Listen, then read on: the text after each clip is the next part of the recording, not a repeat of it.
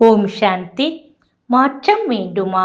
தனக்குள் மாபெரும் மாறுதலை கொண்டுவர வேண்டும் என விரும்பினால், அது மிகப்பெரிய சவால் என்று தோன்றினால், தனது இறுதி லட்சியத்தின் முழுமைத் தன்மையின் சித்திரத்தை உங்களுக்குள் வரைந்து கொள்ளுங்கள்.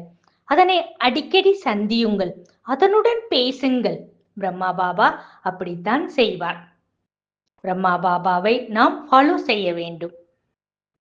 அவருடைய பிரகாசமான ஒளிவுடல் அவ்வியக்த வதனத்துல இருந்தது அல்லவா?